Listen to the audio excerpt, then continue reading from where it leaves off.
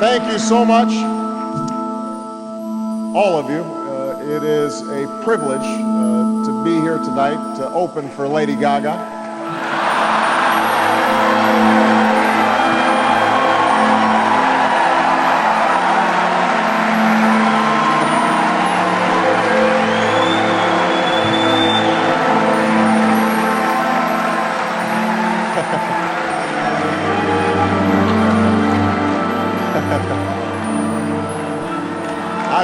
I've made it.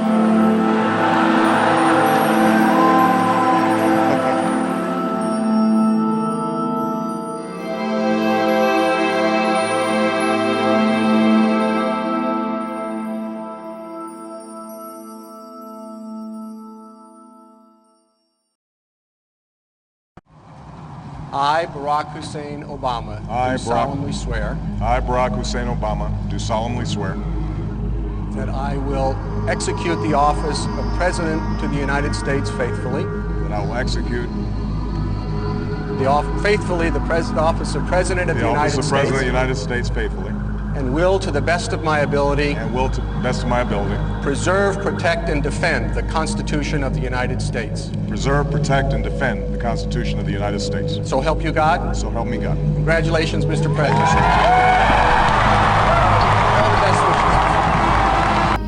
On January 20th, 2009, history was made when the 44th man to be sworn in as the President of the United States of America was a black man by the name of Barack Hussein Obama.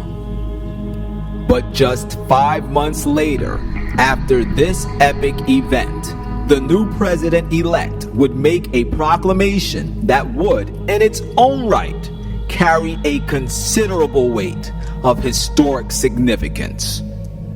Making good on his campaign claims, on Monday, June 1st of 2009, President Barack Obama made an official proclamation declaring June to be the National Lesbian, Gay, Bisexual, and Transgender Pride Month, or LGBT for short.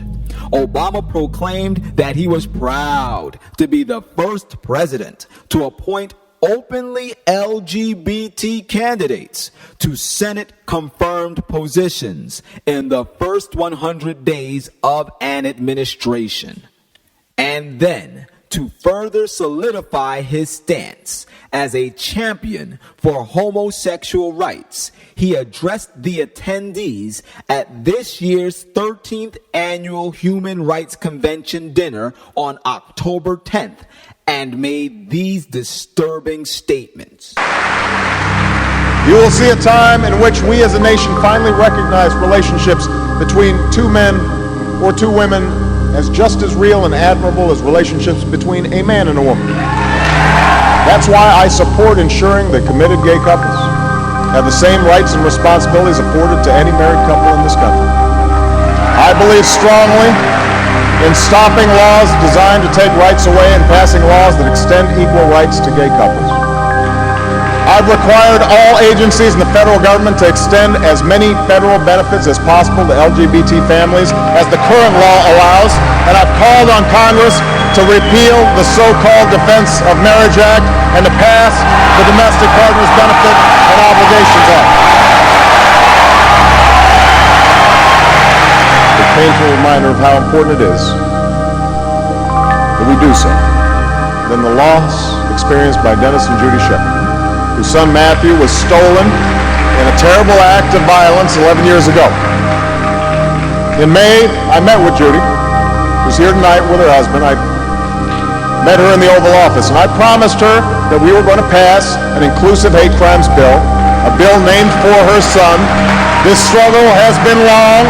Time and again we faced opposition. Time and again the measure was defeated or delayed, but the Shepards never gave up. They turned tragedy into an unshakable commitment. Countless activists and organizers never gave up. You held vigils, you spoke out. Year after year, Congress after Congress, the House passed the bill again this week, and I can announce that after more than a decade, this bill is set to pass, and I will sign it into law.